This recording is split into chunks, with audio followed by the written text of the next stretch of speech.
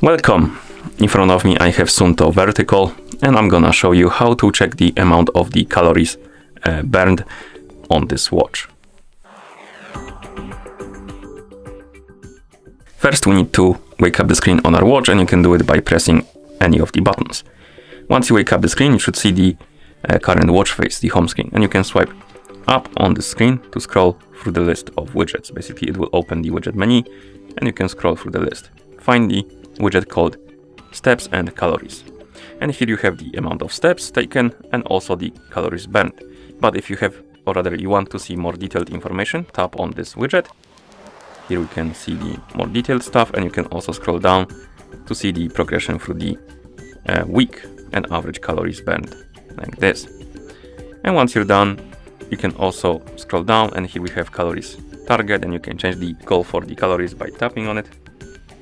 And then here you can swipe up and down to change the goal, and then you can swipe left to apply it. And that's how you check the amount of the calories burned on this watch. Thank you for watching. If you found this video helpful, please consider subscribing to our channel and leaving a like on the video.